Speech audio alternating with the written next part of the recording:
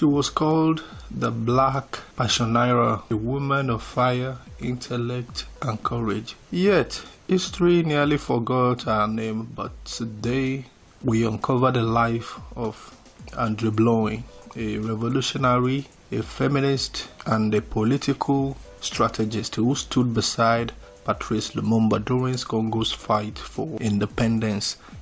Our story is not just about politics. It's about race, gender, and the power of one woman to change the course of history.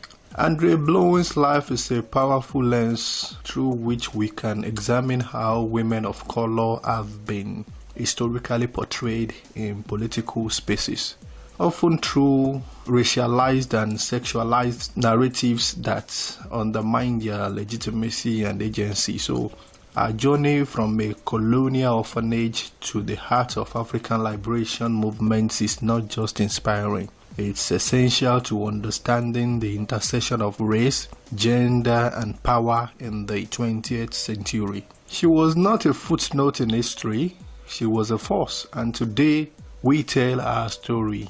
So, Andrée Blouin was born on December 16, 1921 in the French colony of Chad, now part of the Central African Republic. So her father, Joseph Blouin, was a French colonial administrator, while her mother, a young African woman named Therese, was not married to him though.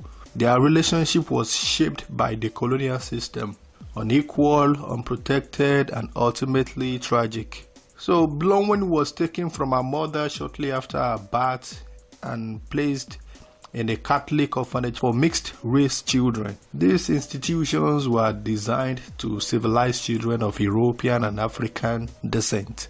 But in reality, they stripped them of identity, culture, and connection. Blouin was denied her African roots and taught to reject her heritage. She was raised to believe she was neither African nor fully French, a child of contradiction. The orphanage was strict, cold, and deeply racist. Blouin was not allowed to speak her mother's language. She was punished for showing emotion.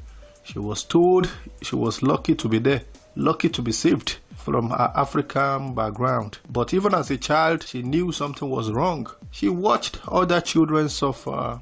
She saw how the nuns treated them with contempt, with cruelty, with indifference. So she learned early that being mixed meant being marked. Not accepted by either world, not protected by either system, This painful beginning shaped a lifelong fight against colonialism and racism. It taught her the identity was political, that silence was dangerous, and that the personal was always political. So as a young woman, Blouin moved to Paris. It was the heart of the French Empire, a city of beauty, culture, and contradiction. While in Paris, she experienced racism firsthand, She was exoticized, dismissed, and treated as an outsider. But she also found something else: resistance. Blouin met African intellectuals, writers, and revolutionaries. She joined anti-colonial movements, attended political meetings, and began to speak out. Her political awakening began. She realized that colonialism was not just about land, it was about identity, language, and power. She saw how African countries were being exploited, how African people were being silenced, and how women were being erased from history. So she began organizing women. She spoke about education, healthcare, and political rights. She believed that women were the backbone of the society and that no evolution could succeed without them. Her voice grew louder, her resolve stronger. She was no longer just a survivor. She was becoming a leader. She also became a mother.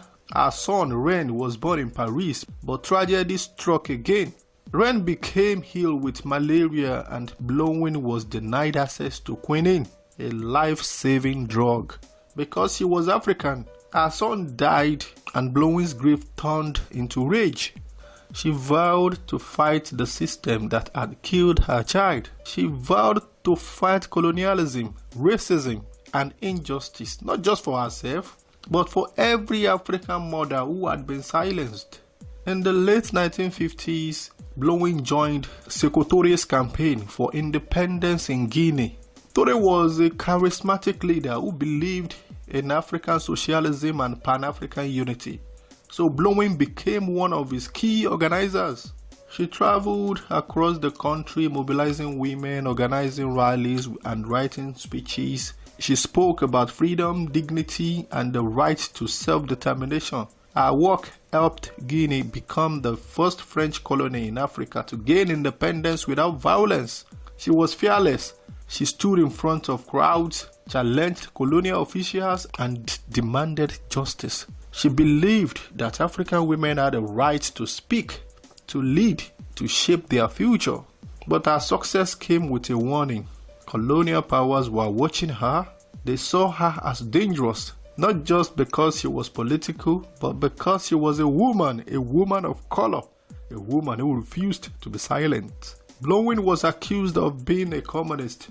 She was called manipulative, seductive, and radical, but she kept going. She knew that the fight for freedom was bigger than her reputation. So in 1960, Blouin was invited to join Patrice Lumumba's campaign in the Belgian Congo. As at that time, Lumumba was a rising star, a powerful speaker, a visionary leader, and a symbol of African liberation.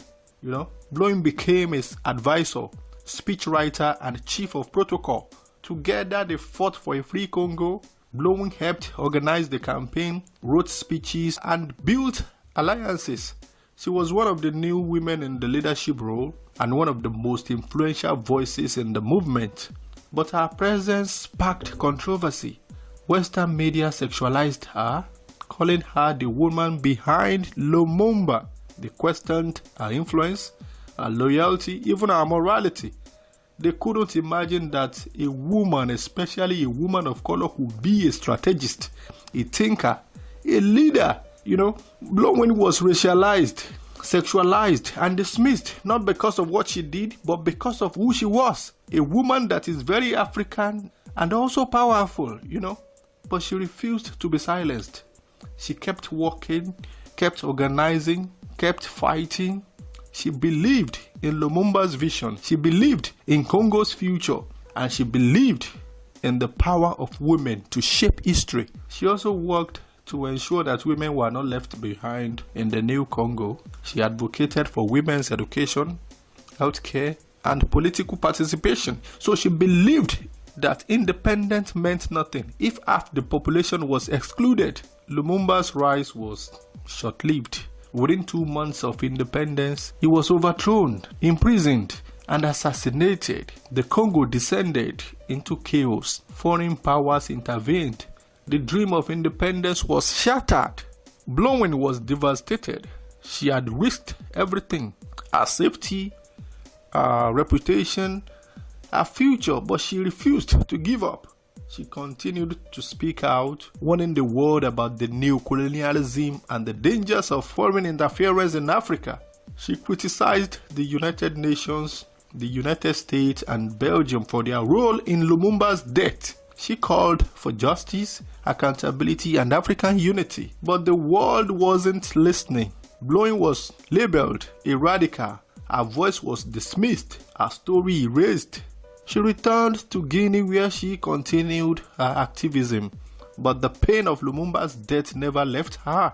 She had seen the cost of freedom and she has paid it. In 1983, Blouin published her autobiography named My Country, Africa. It was a bold, emotional account of her life, her struggles, and her vision for Africa. She wrote about her childhood, her political work, and her experiences with Lumumba. The book was powerful, but it was mishandled. The rights were taken by a journalist. It went out of print and Blouin faded from public memory. Her daughter, Eve Blouin, spent decades fighting to reclaim her mother's legacy. She spoke at conferences, organized events, and worked to republish the memoir. She believed that her mother's story was essential, not just for Africa, but for the whole world.